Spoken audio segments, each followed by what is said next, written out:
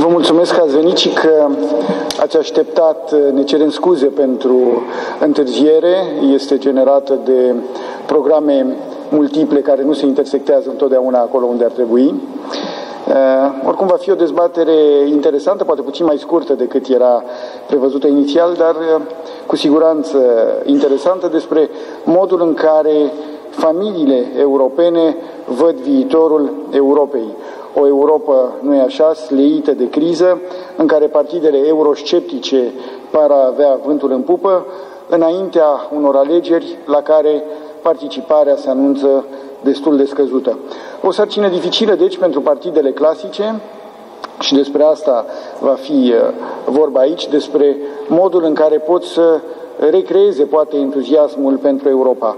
Alături de noi se află doamna Corina CRETU, bună seara, vicepreședinta grupului socialist din Parlamentul European, domnul Guy Verhofstadt, candidat la președinția Comisiei Europene din partea Alianței Liberalilor și Democraților în Europa, evening, și domnul Yves Bertoncini, director al Institutului Notre Europe, Jacques Delors din Paris. Bună seara, vă mulțumesc că ați venit. Ar fi trebuit să fie și un reprezentant al Partidului Popular European, al Partidului Democrat Liberal, deși invitația le-a fost făcută insistent, nu este niciunul dintre ei astăzi în clipa de față alături de noi, s-ar putea să ni se alăture pe parcurs, deocamdată nu facem decât să le semnalăm absența. Și vă propun să începem această discuție de la una dintre marile probleme ale Europei, mai ales după criză, este aceea că Europa nu te mai face să visezi. Există un cuvânt în franceză care sună cam așa, désenchantement, dezvrăjeală de Europa.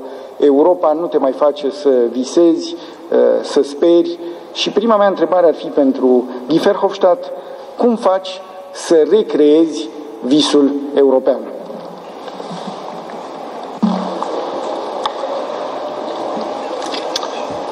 French, English, what you want? English, I suppose. Yeah, English? French. My Romanian is very bad, so nevertheless it is a Latin language, so to be easy to use it. But how to recreate the dream? By first of all, having again political leaders who are dreaming about Europe. You can't have a dream about Europe if you have a leadership who is not willing, capable, able to develop a vision about Europe.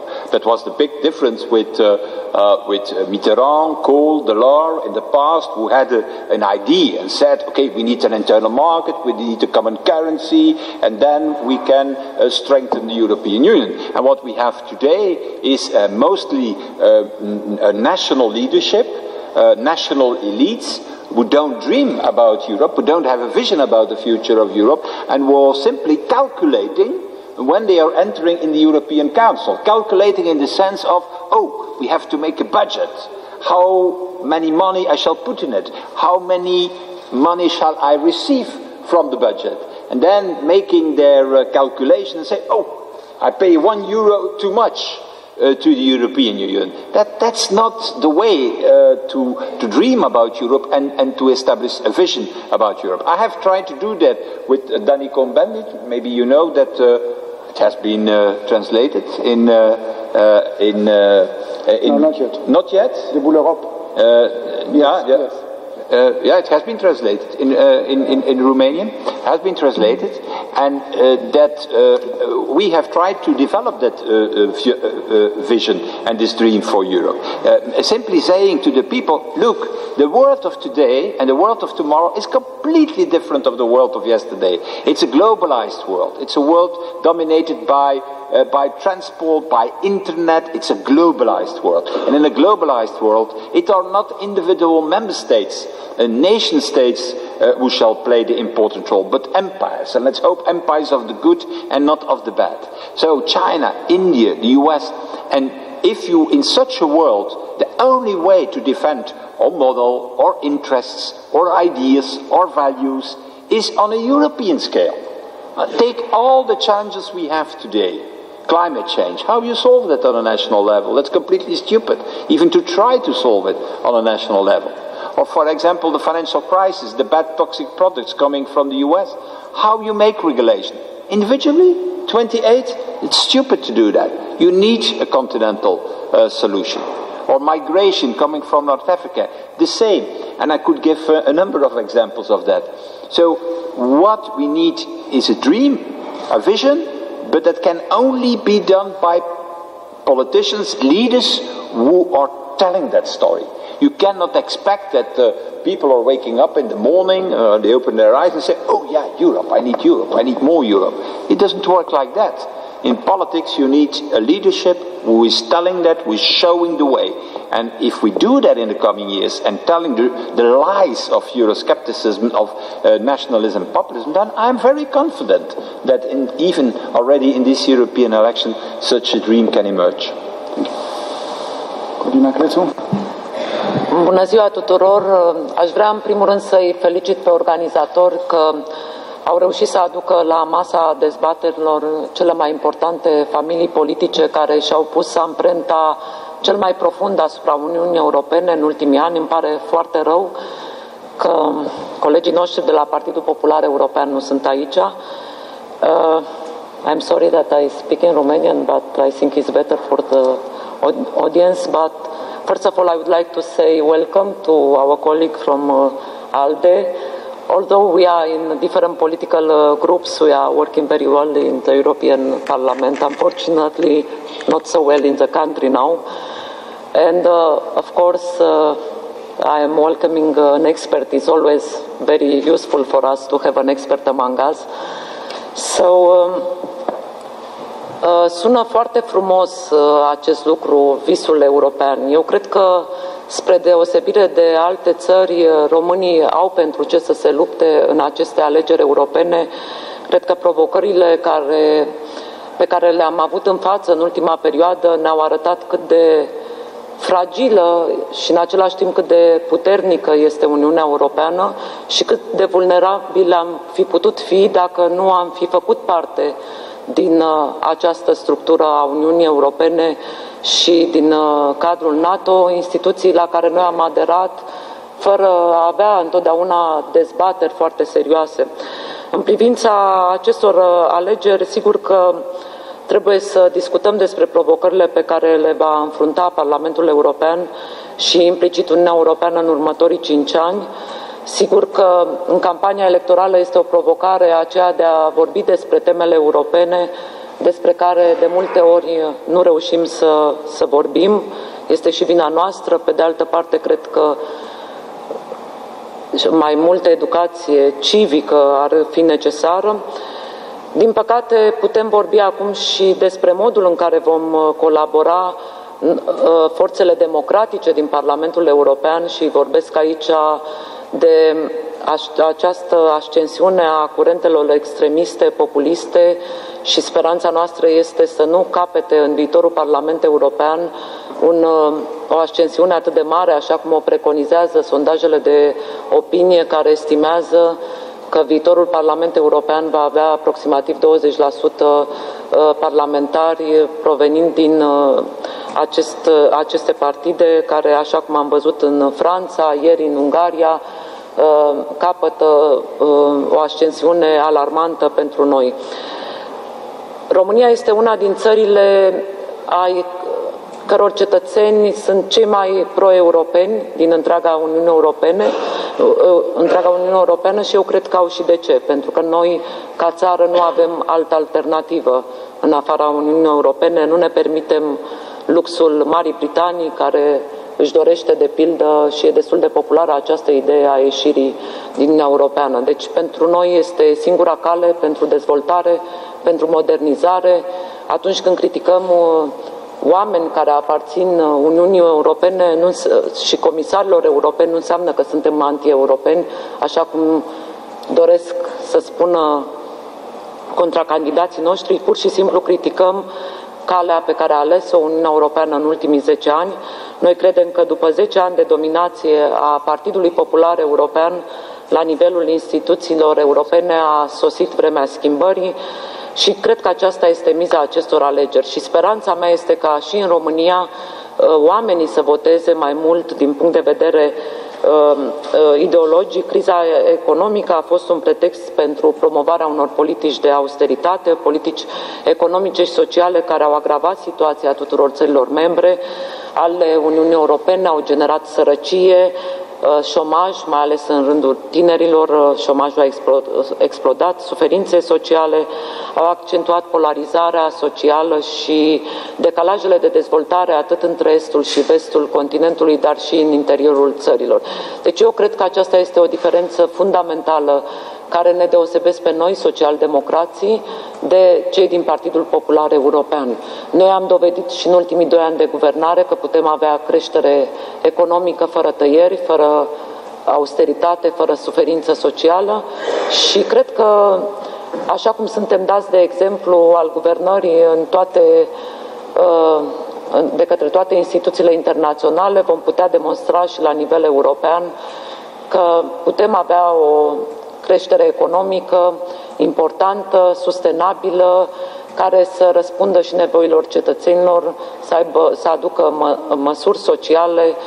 Practic, noi milităm pentru o Europa mai flexibilă, onestă, o Europa socială, modelul social. O să revin la toate aceste... Nu, o să... Riscăm să parcurgem toate temele deodată. Să-l ascultăm pe expert, Yves BERTONCINI. Bonsoir. Yes, thank you very much for this invitation. I'm very glad to be with these two distinguished politicians as an observer. And as an observer, I should say that the problem for them is that Europe is a dream come true. We should not forget this. It's a dream come true, the European construction, meaning a peaceful continent for the first time in history. The Nobel Prize celebrated this, and seen from the Arab countries, I have in mind the Arab Spring, seen from Kiev, you know, this space of free movement of people, relative prosperity, stability, seen from Jeremy Rifkin from the USA, seen from beyond us. It's a dream, yes, a kind of dream, a model of development combining economic efficiency, but not only, social protection, very high level of social protection, and protection of environment. And I mean, it's a kind of model. Our Honorary President Pascal Lamy often underlines this. Yes, we have created something which is an achievement, but of course this achievement is in crisis. First, because peace is not enough. We feel it's very natural. It's like the air that we breathe. And second, this model of development is also in crisis for many reasons, including the fact that we are getting older and older and that we are shrinking. And we are only 7% of the world population today as Europeans, all of us. So, of course, how could we dream again? It's very difficult, but I think Guy Verhofstadt mentioned the good horizon now for the European construction, which is the global world, the global economy. That would make sense, to be more united, to fix some very global challenges, according vis-à-vis which we are not efficient on a national basis. And so then we are facing a new set of challenges who will deserve new decision makers. We had the founding fathers to launch the European constructions. We have had what I call the founding sons, meaning François Mitterrand, Helmut Kohl, Jacques Delors. And now we need founding grandsons and granddaughters. It's a sign of times. We also need women to address this new horizon for the European construction. Climate change, yes. Europe shrinking, competitiveness, migration, Vladimir Putin, the BRICS. Many, many challenges vis-à-vis which we will be more efficient if united. But the last point for this introductory statement on, you know, this idea of dream.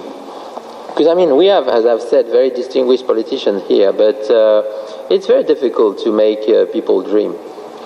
including in the materialist societies we live in. It's very difficult. Recently I'd written a very short op-ed called Ode to Fears. Because we have an anthem called Ode to Joy, Ode to Joy. So the European construction is about joy, Beethoven, Ode to Joy. And I think it's very optimistic and it's very idealistic to say this. Because the European construction is not only about joy. It's not only about, an Erasmus exchange allowing us to kiss another woman or another man in a distinguished country. Of course, there are many positive elements of this kind. But it's not only about this. At the very beginning, it was also to address fears. We are afraid of Joseph Stalin. And I speak in a country, we can know what it is, what it means. And then we became united. And when the Berlin Wall fell, which was a fantastic news, many Europeans on the West were afraid of something else, which was German reunification. And that made the monetary union possible, because Germany had to kind of give something, just to show that it wanted to remain anchored in the European construction. So I only take these two examples to say that, of course, it's not my job to make people dream, so I'm in an easier situation as you. But let's not ask too much to the politicians trying to promote Europe. Of course we can dream and then becoming more Europeans, but it's also important to say that Europe is there to address some fears we can feel. And just a conclusion on this, to say that if we look at the political parties, what is striking is that they can have common challenges in mind, climate change, for example, with different interpretation of the answers to be given, of the gravity of the situation. Yes, demographic decline and migration, with again different answers to be given. Maybe Vladimir Putin is also a common challenge for all of them, but maybe again with different answers. Maybe one difference to conclude in the agenda setting. In the way these parties will put one challenge above another one. Yes, maybe for the left, what I can see in the programs up until now is maybe a bigger focus on the financial deregulation threats. Maybe the left will insist a bit more on this. Who is the dragon? Who is the dragon? Is it Brussels or is it, let's say, Wall Street? It's very simplistic what I say. And maybe the right will mention this a bit less and will mention states' failures a bit more. And of course, whether you mention as the dragon not only climate change, not only demographic decline, but whether you will mention financial deregulation on the one hand or states' failures on the other hand, you will have different approaches by the political parties. Maybe it won't make us dream, but at least it will give us, all of us, and including myself as a citizen, very valuable input, analysis and recommendations for the next 5 years of the European construction. Mulțumesc. Guy Verhofstadt, s-a vorbit despre vis și despre frică. Poate este mai aproape de frică decât de vis acum, pentru că vom avea alegeri europene pe 25 mai. Ce te faci dacă la sfârșitul zilei vei avea 20, poate 25% din Parlamentul European populat cu eurosceptici, cu xenofobi, cu oameni care sunt împotriva Europei și care vor avea timp de vorbire alocat în Parlamentul European, vor avea fonduri mai mari ca să țină un discurs anti-european. Ce va însemna asta pentru întreaga dezbatere europeană? Guy Verhofstadt. First of all, I have to tell you, we have already Eurosceptics in the Parliament, in the EFD, for example, in the ECR, a number of Eurosceptics, in the non-inscrits, even in the GUE, in the left, far left group.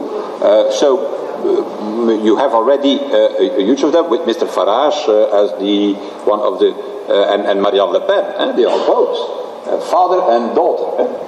It's a family business there. So they are still both already in the parliament. So that is not new. What naturally could be new is the size of this and how to counter it. Well, in my opinion, the best way to counter it is first of all to explain to people something. That is that Euroscepticism and nationalism is a pure lie to the people, because what they are mainly saying is the following: that is that if we retreat behind our national borders, then all the problems shall, in that case, all the problems shall disappear. If we retreat behind our national borders, climate change shall disappear, unemployment shall disappear, illegal migration coming from Africa shall disappear, the cheap products imported from China shall disappear. That's the idea. So if we retreat behind the national borders, then this is over. And the second thing what they are saying, if we go out of the euro, then it shall go economically better. While we know from data, from analysis made by independent institutions, give you one example, give you the example of the Netherlands. A study has been done by ING. ING is the second biggest bank in Holland. They have made a study in saying what should happen with the Dutch economy if we go out of the euro. What Eurosceptics are saying. Not only going out of the euro, even of the European Union. And the outcome of the study, of this analysis, was that the Netherlands should have an economic downturn, if they do that is 3 times bigger as the economic downturn they got from the Lehman debacle. So, you know, Lehman Brothers everywhere, all economies went down with 1.5, even 2%. Well, this study from the Netherlands showed that it should be not 2%, but 5-6% of a down, the gross domestic product going down in the Netherlands, with several hundred thousands of unemployment more, with jobs lost in almost all sectors of the economy. That was the outcome of that. We have to tell that to people. We have to tell them that going out of the euro means that. It's the same in Italy. In Italy, Mr. Grillo is saying, in a funny way, he's saying that we have to go out of the euro and we have to come back to the lira. You know what happened with the lira for 20 years in Italy? Every time when they had difficulties because the politicians were not capable to do structural reforms, they did a devaluation of the lira. I remember it very well. Every 2-3 years you could be sure of that there was a devaluation of the lira. But who is paying the bill of a devaluation of a currency? It are ordinary people who are paying the bill because their purchasing power goes down because of the devaluation. And that was the way based on what Italian politicians were in fact restructuring their economy by devaluating their currency. Now they have not the possibility to do it anymore. Neither Mr. Letta, neither Mr. Renzi, or Berlusconi. I don't talk about Berlusconi, he was busy with other things apparently than with governing his country. But they cannot do it any longer. They need now to come forward with a reform program in Italy to make the country competitive again. They cannot do it by saying, I devaluate the lira and people have less purchasing power, can buy less goods, but things are right again for the next 2 or 3 years. So these policies are not longer possible.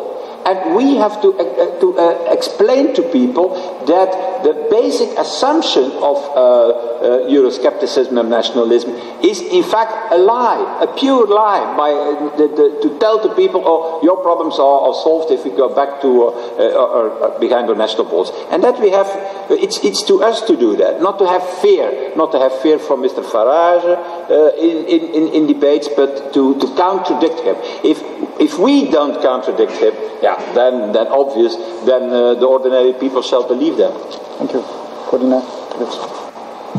Domnul Verhofstadt are dreptate când spune că noi avem deja în Parlamentul European voci anti-europene sau eurosceptice. Diferența este că acum sunt voci disparate cu care putem lupta, iar sondajele de opinie, din păcate, arată că vor fi un grup foarte mare, adică oricum în Franța cel puțin Marine Le Pen a reușit într-un an ceea ce tatăl său n-a reușit în 20 de ani, să aducă Frontul Popular pe prima poziție aproape în Marea Britanie. De asemenea, este îngrijorător pentru noi că acest partid UKIP, care a făcut din români un țap ispășitor pentru toate problemele societății din Marea Britanie, acest partid iarăși are un procent destul de mare.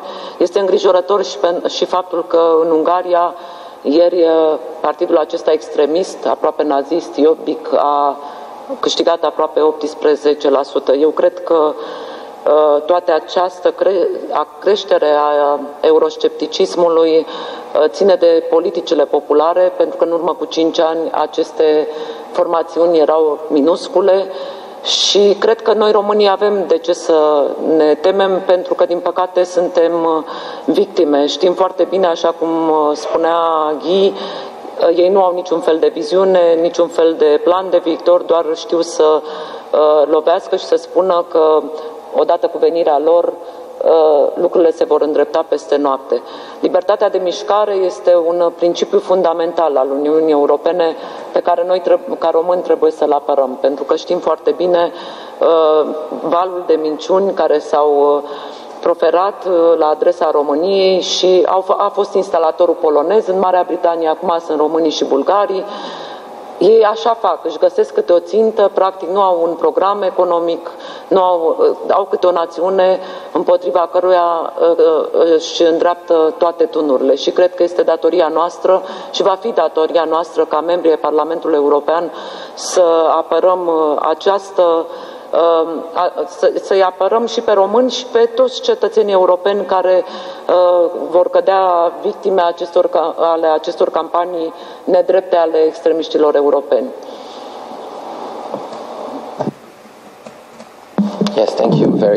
Three quick points. First, to say that one of the key issues of this campaign, and I should say these campaigns, because there will be a unified European campaign thanks to, for example, pan-European candidates such as Guy Verhofstadt, but also national campaigns. We all know this.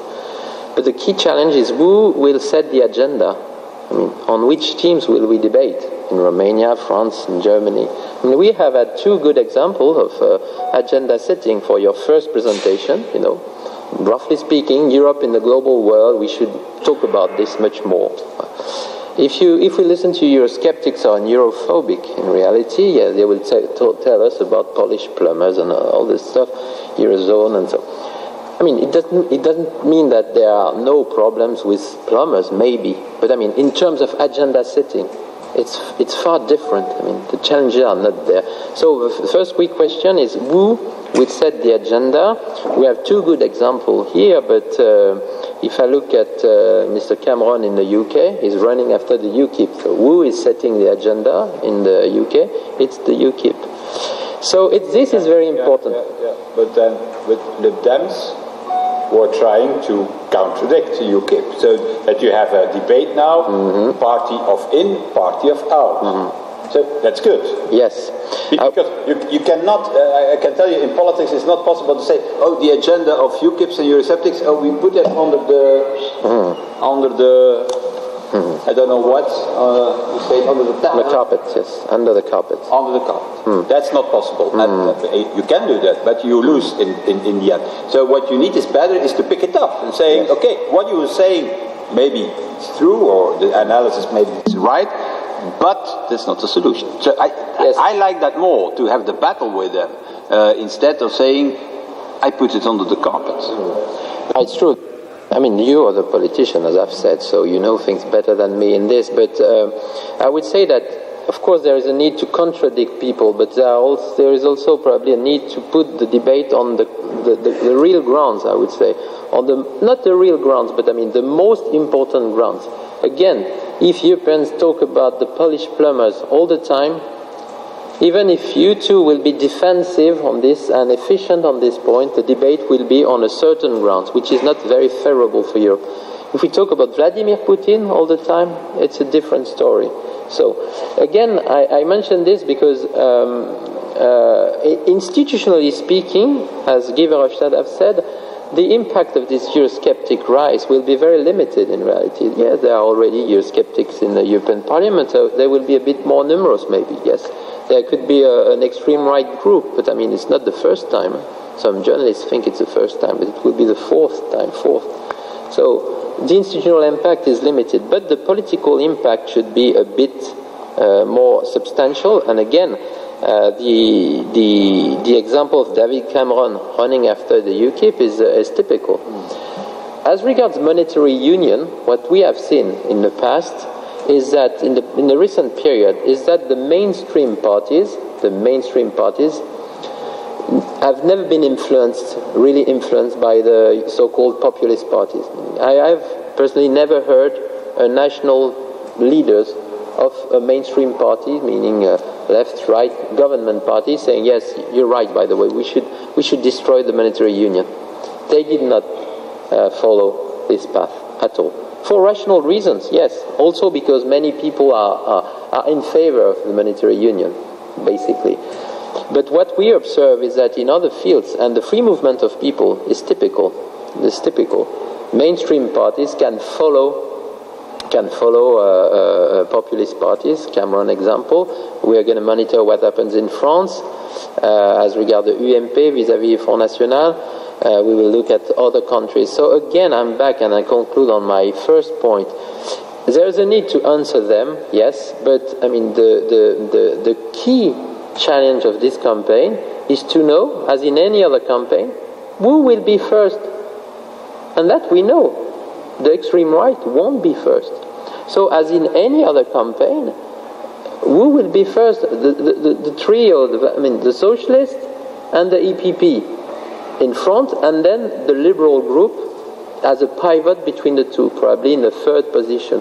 That are the key challenges of any other, any elections. In France, yes, the Front National had won some countries, some mayors, some local towns, but it was not first. So there's a real challenge to launch this campaign and on the good grounds. Who will win? Who will win? If we look at the polls today, it's very, very tight, extremely tight between the SND and the EPP. This morning, Vote Watch Europe told us it was equal at the moment, totally equal. So this is challenging, whether you are from the left or from the right. And then in the third position, we see the liberal, and we all know that maybe Yves Verhofstadt won't be the president of the Commission. Why not? But that what we know already is that he's a key actor of the European Parliament, because the liberal group is in between the two main groups. So that are the key actors, and we should ask them what are the challenges for the European Union first, before answering to the populist critics on Europe. Mulțumesc, Yves Bertoncini. Yves Verhofstadt, sunteți un federalist, vreți o Europă federală și aș dori să discutăm puțin despre centrele de putere. Cum ar trebui să fie împărțită puterea în Uniunea Europeană? Cât să revină instituțiilor, cât statelor naționale? Care sunt politicile care nu ar trebui să treacă în spațiul comun, să rămână la statele naționale? First of all, it's important to say that using the word federal and so is a very difficult issue, because in some countries it means something, in other countries it means exactly the opposite. So what it doesn't mean for me is to create and to establish a European superstate with European bureaucracy and so on. So if people think that federalism is bureaucracy and over-regulation, I'm not a federalist then. So let's be clear about that, because it's in fact a very unproductive discussion as the word has different meanings in different countries. I believe more, and that's my second point, in you have to have more Europe where Europe has an added value. And where Europe has not an added value, let it go to the national level, let it go to the regional level, these competences, or even on the local level. It depends on what we are talking about. It's only when Europe has an added value that you have to do on the European level. For example, we need a banking union. It's obvious that we need a banking union to restore the transfer mechanism from the banks to the real economy. We are waiting already 5-6 years for that. Well, you do that on the European level. On the contrary, when it concerns the color of the olive oil that is served in restaurants, or the size of the amount of water that is produced by toilet and so, or for example the size of apples, or that is over-regulation, in my opinion. That can be given back to the... we need a little bit to look to the US. If you look to the US, you shall see also an internal market, but this internal market is less regulated than our internal market. Less regulation. But they have more common policies. More common policies. And we need to go in the same direction. That is that for a number of issues we need more integration, for a number of others we need to give it back to the national authorities. We did try to do that in the convention after the declaration of Laken in the beginning of 2000.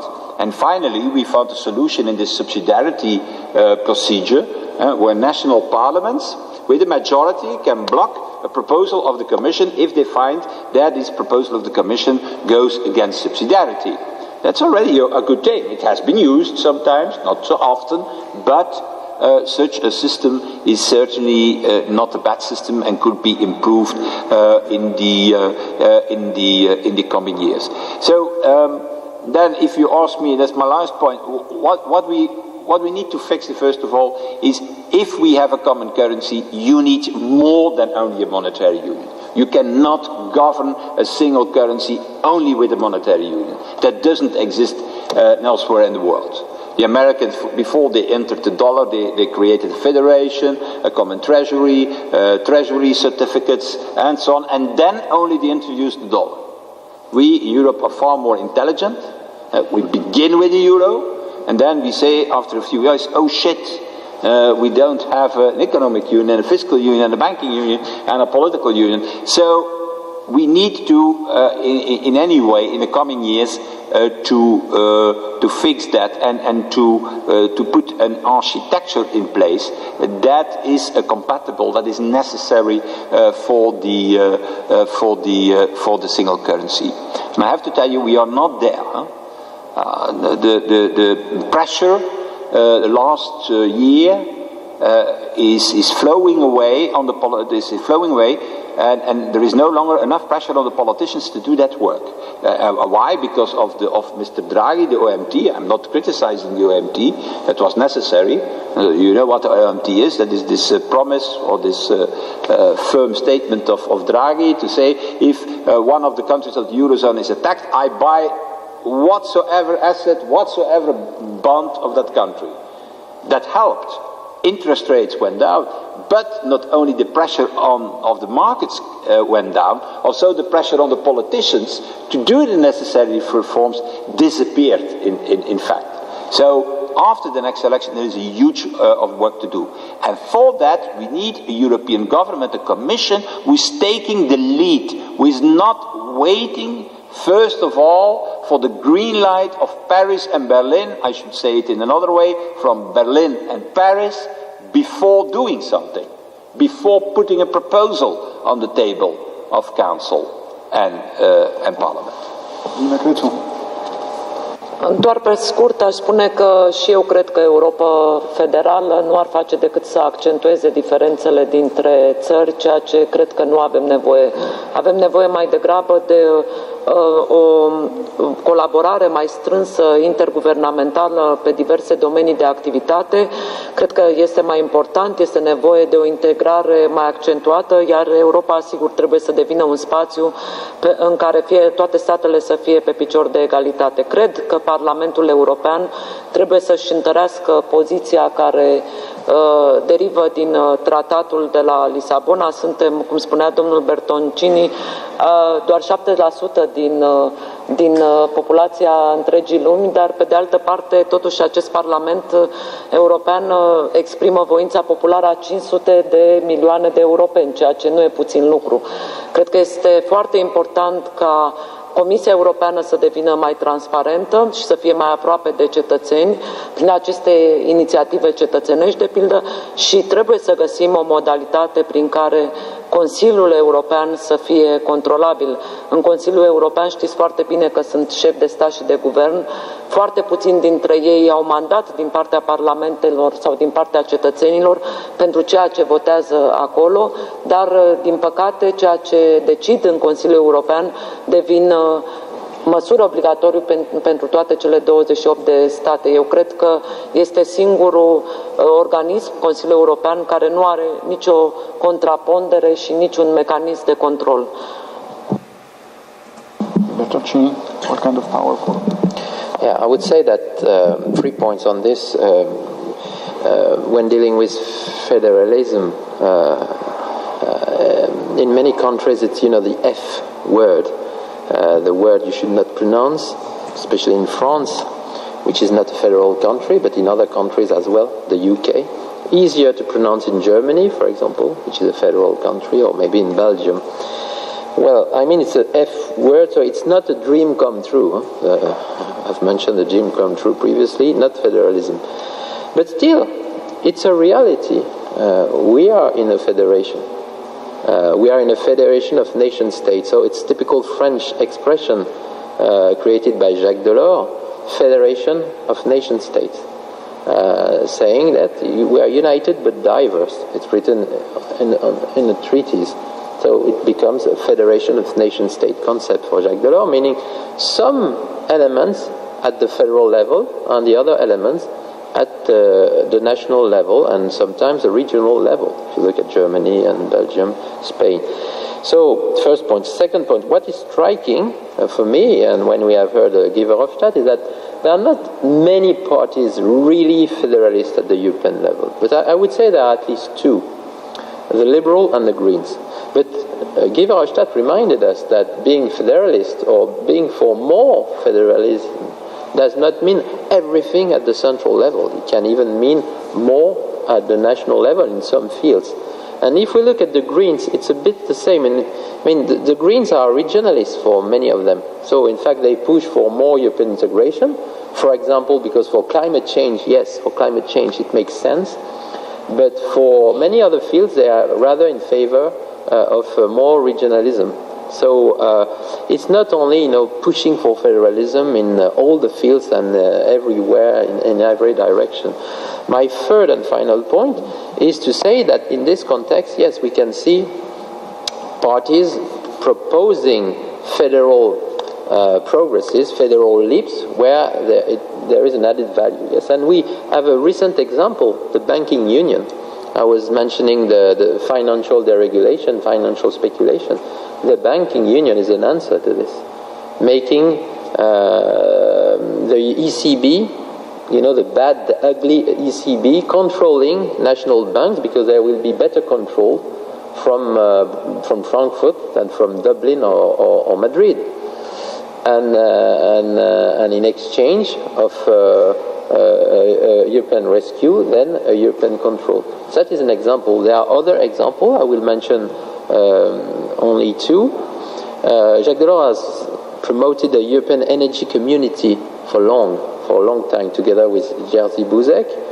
Yes, it makes sense to promote a European energy community, and I would say that when we look at what happens in Ukraine and with Russia, it makes even more sense. And we have observed that many parties, it's not a left-right divide, can support such ideas. But the final idea, I would say, And it's not only in terms of added value, because it's technical, it's also in terms of making sense, what makes sense at the European level. What is striking is that if we look at the polls, there is a massive popular support for more common foreign and security policy. A massive popular support in all of the countries, more or less. Massive one. And true that there is a challenge, because it's not that easy, of course, to transform this. And the Ukraine crisis shows this. It's not that easy. But we know there's no need to be federalist to do this. There's a need to do it because it makes sense for people. Nu mai avem așa mult timp, așa că aș mai avea ultima întrebare apropo de ce spunea domnul Bertoncini. Trăim totuși într-o perioadă în care ne punem întrebări cu privire la ce se întâmplă în estul continentului. Vedem ce a fost cu Ucraina, ce se întâmplă cu Rusia și v-aș întreba pe fiecare dintre dumneavoastră, foarte pe scurt, cum vedeți relația cu Rusia, cum trebuie să se comporte Uniunea Europeană cu Rusia și, doi, până unde se poate extinde Uniunea Europeană? Vedeți Republica Moldova în Uniunea Europeană? Când? Ucraina în Uniunea Europeană? Când? Yves Verhofstadt?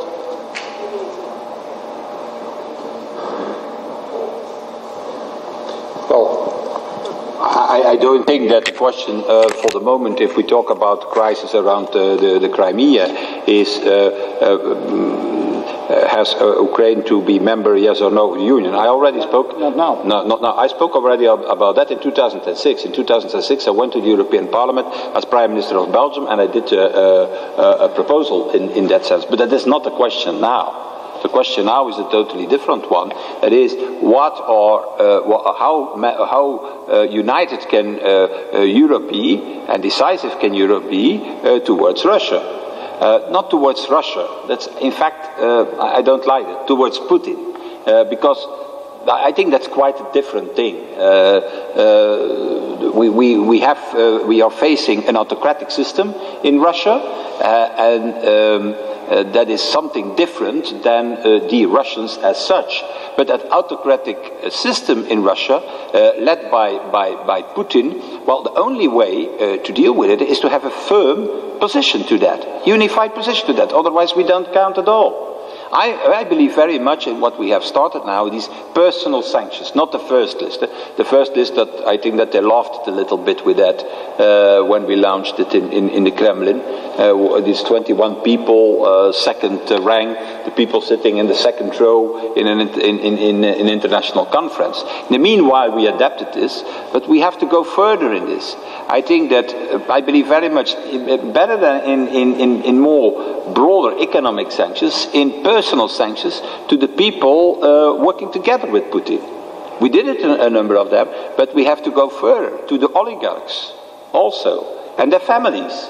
They have their money in real estate in France or in Italy, in the city in London, in the shares in the manufacturing industry in Germany. That is what we have to tackle. I believe very much in this, because we have seen that in Ukraine too. I was on Maidan Square on the 20th of February.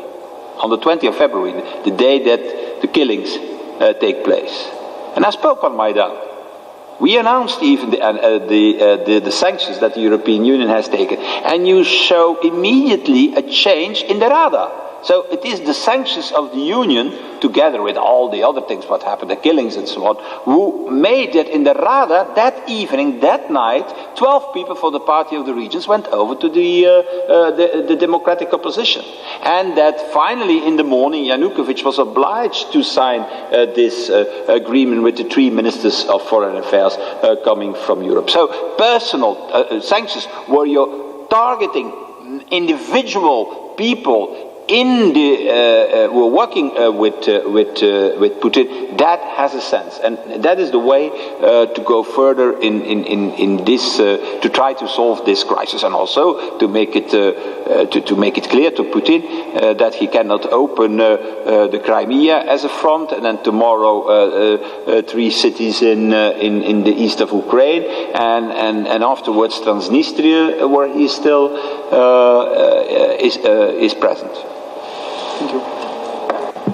Sunt de acord că nu știu dacă aceste sancțiuni care s-au aplicat celor 21 de oameni sunt suficiente pentru descurajarea dorinței de expansiune a regimului lui Putin. Din păcate, Uniunea Europeană nu a reușit să aibă o voce comună.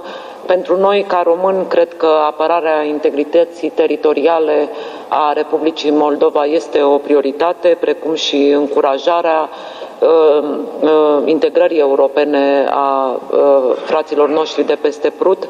Eu cred și sunt mândră că am votat această liberalizare a vizelor pentru cetățenii Republicii Moldova și sunt convinsă că odată cu această liberalizare vor reuși foarte curând să semneze și tratatul de aderare și sper că ca această criză din Ucraina să fie totuși, să aibă și partea sa bună, să accelereze integrarea europeană a Republicii Moldova. Mulțumesc. Yeah, maybe very briefly to say that, well, Guy Verhofstadt was right to distinguish between Vladimir Putin and Russia, because if we look at Russia, there's no doubt that Russia is not the enemy of the European Union. And if we look at the world, there's a partnership to establish between the European Union on the one hand and Russia on the other hand. It's natural. It's geography is saying us this. But for this, of course, we can consider in this context that there is Russia on the one hand, European Union on the other hand, and countries in between. And it's true that it's very difficult to have in mind that all the countries in between should become member of the European Union. It's difficult to imagine this. And then the challenge for the European Union is not only the enlargement policy, which was one of the two of the foreign policy of the EU, it worked. But it's to create another policy which is emerging, which is a so-called neighborhood policy to establish this. A last word on Moldova. It's true that it's a challenge because we have accepted a lot from Russia and not from Vladimir Putin. In Georgia, in Moldova, yesterday in Crimea, maybe today or tomorrow in Donetsk, we have accepted after the Cold War that some Russian troops could be in some countries which are not Russian. We have accepted to let Russia deliver passports to non-nationals which became national. So it's true that now that Europe is firm, it's positive, but in the past we have not been that firm. The only certainty is that we should be more united than ever to react to Russia and to Vladimir Putin, because if we are not, we won't be efficient and the danger will be even bigger. Mulțumesc pentru această dezbatere despre prezentul și viitorul Europei. Ni s-a alăturat domnul Ioan Oltean. Bună seara, vicepreședinte al Camerei Deputaților, pentru un cuvânt de încheiere al acestei zile care a fost foarte pline în discuții despre Uniunea Europeană organizată de cei de la Europuls, acest EUROSFAT, pentru că am fost găzduiți în clădirea dumneavoastră și vă mulțumim. Și eu vă mulțumesc pentru posibilitatea de a fi în seara aceasta aici cu dumneavoastră. Mă uit în sală și sunt de-a dreptul impresionant pentru tinerețea care este în această sală, ceea ce înseamnă că Europa aparține tineretului și ei sunt cei care trebuie să o construiască și să consolideze tot ce este bun și s-a făcut bun până acum în România și în Uniunea Europeană. Doamnelor și domnilor europarlamentari, doamnelor și domnilor, distinși participați la acest forum extrem de important, îmi face o deosebită onoare și mă bucur invitația de a lua cuvântul la închiderea acestui eveniment de o semnificație extrem de importantă, cu atât mai mult cât Camera Deputaților, din cadrul Parlamentului României, este prima cameră de Parlament European care, înțeleg, a patronat o dezbatere de idei cu o temă atât de importantă. Sperăm că această inițiativă să nu rămână singulară în peisajul parlamentelor europene. Cred că prin astfel de demersuri utile putem contribui la procesul de conștientizare și de informare a opiniei publice cu privire la importanța alegerilor europene, dar și a proiectelor celor care își vor asuma în anii următori responsabilitatea coordonării eforturilor Uniunii Europene pentru un viitor mai bun și mai sigur pentru toți cetățenii săi. Problemele care vor trebui soluționate nu sunt deloc simple și nici ușor de surmontat. Consolidarea creșterii economice corelată cu reducerea polarizării sociale, mai multă prosperitate, mai multă valorificare a integrării piețelor, crearea de locuri de muncă, mai ales pentru tinerii Uniunii Europene, securitatea energetică, reducerea potențialelor riscuri externe, temperarea extremismului, din ce în ce mai prezent în unele țări ale Uniunii Europene, sunt doar câteva din provocările cu care ne confruntăm în acest moment.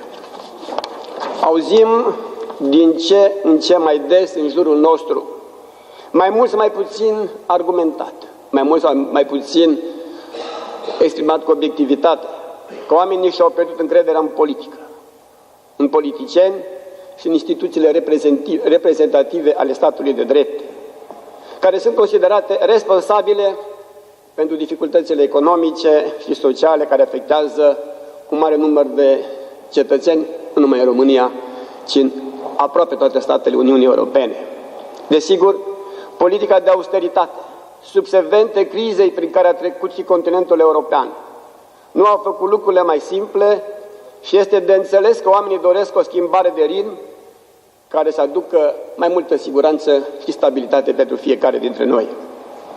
Însă, în același timp, cred că schimbarea sau continuitatea trebuie să fie argumentate rațional și nu emoțional, responsabil și nu populist sau demagogic. Cu toții ne dorim o societate în care politicienii conștientizează rolul pe care îl au ei și mai ales experiența lor acumulată de-a lungul timpului. Din experiența mea politică vă pot spune că nu există pentru un om politic o satisfacție mai mare decât aceea de a contribui la îmbunătățirea vieții comunității pe care o reprezentăm. Pentru că politica și rolul omului politic nu este determinată de tinerețea sau bătrânețea acestuia, ci despre cât de motivat este un politic în îndeplinirea obiectivelor asumate odată cu funcția pentru care a fost ales. Din această perspectivă, alegerile pentru Parlamentul European reprezintă pentru electorat, dar și pentru cei aleși, nu doar o decizie de moment, ci una de perspectivă importantă, mai ales pe termen mediu și lung. Pentru a atrage votul electoratului, indiferent de ce parte a aspectului politic vorbim, importante sunt transparența și corectitudinea procesului electoral, campaniile axate pe informare și pe cunoașterea candidaților și a programelor lor, pe rezultatele vizibile care îi certifică pe aceștia și partidele ori familiile politice pe care fiecare le reprezintă. Oamenii trebuie să voteze fiind convinși că votul lor va aduce cu sine îmbunătățirea vieții de zi cu zi a lor și a comunității din care fac parte. Înțeleg scepticismul cetățenilor, chiar lipsa lor de speranță, dar am convingerea că evenimentele de felul celui de astăzi sunt de natură a contribui la o mai intensă implicare civică și la o mai bună înțelegere a importanței alegerilor în procesul democratic. Aceste alegeri pentru Parlamentul European se desfășoară într-o perioadă în care euroscepticismul se manifestă din ce în ce mai puternic. O perioadă în care criticile veniri dinspre extremele de diverse culori s-au intensificat. Dar acest lucru nu trebuie să descurajeze factorul politic, ci, dimpotrivă, să-l facă să valorizeze și mai mult principiile care au edificat și consolidat de-a lungul timpului Uniunea Europeană. Sub acest aspect, alegerile europarlamentare din 25 mai reprezintă un test important nu numai pentru candidații și partidele politice din România, ci pentru toate țările membre ale Uniunii Europene.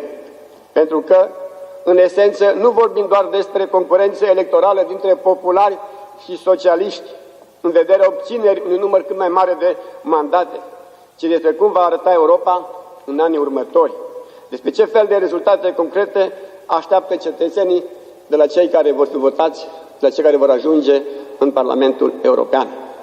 Tot mai mult, în ultimul timp, oamenii sunt conștienți de importanța Parlamentului European Și de aceea cred și sper că România să fie un exemplu anul acesta prin participarea la vot și prin numărul de parlamentari valoroși care să fie în măsură să reprezinte interesele României și interesele Europei Unite acolo în legislativul european.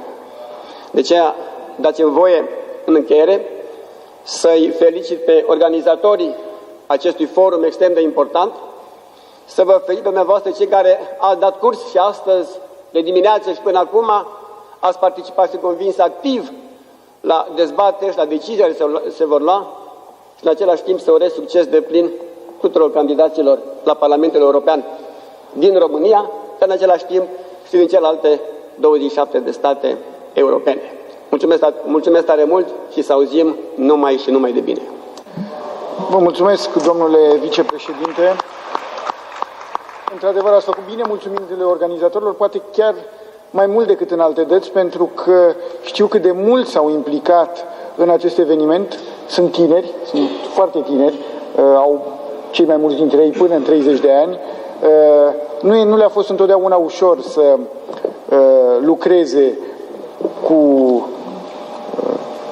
ce se întâmplă în România, ca să nu vorbesc despre instituții, și știu tocmai cât de greu le-a fost în a organiza toată această zi de dezbatere. Au adus invitați de talie pe care nu îi vezi întotdeauna în alte părți, nici la manifestări organizate de instituții mai clasice, mai tradiționale. Tocmai de aceea aș vrea să le rog să ne spună câteva cuvinte pe domnul Alin Mituță, care este directorul Europuls și care s-a ocupat de la început și până acum pe final de... Bună seara! Suntem la finele unei zile întregi de dezbateri europene prin care sper că am adus Europa mai aproape de români, acesta fiind și obiectivul asociației din care fac parte. Ce vreau să spun este că mulțumesc în numele coorganizatorilor, Europuls și Centrul Român de Politici Europene, pentru prezența dumneavoastră la EUROSFAT. Mulțumesc și celor 20 de organizații partenere, celor peste 50 de speakeri care au fost astăzi în cele 9 dezbateri din cadrul EUROSFAT și sper să ne vedem și la anul, la EUROSFAT 2015. Mulțumesc!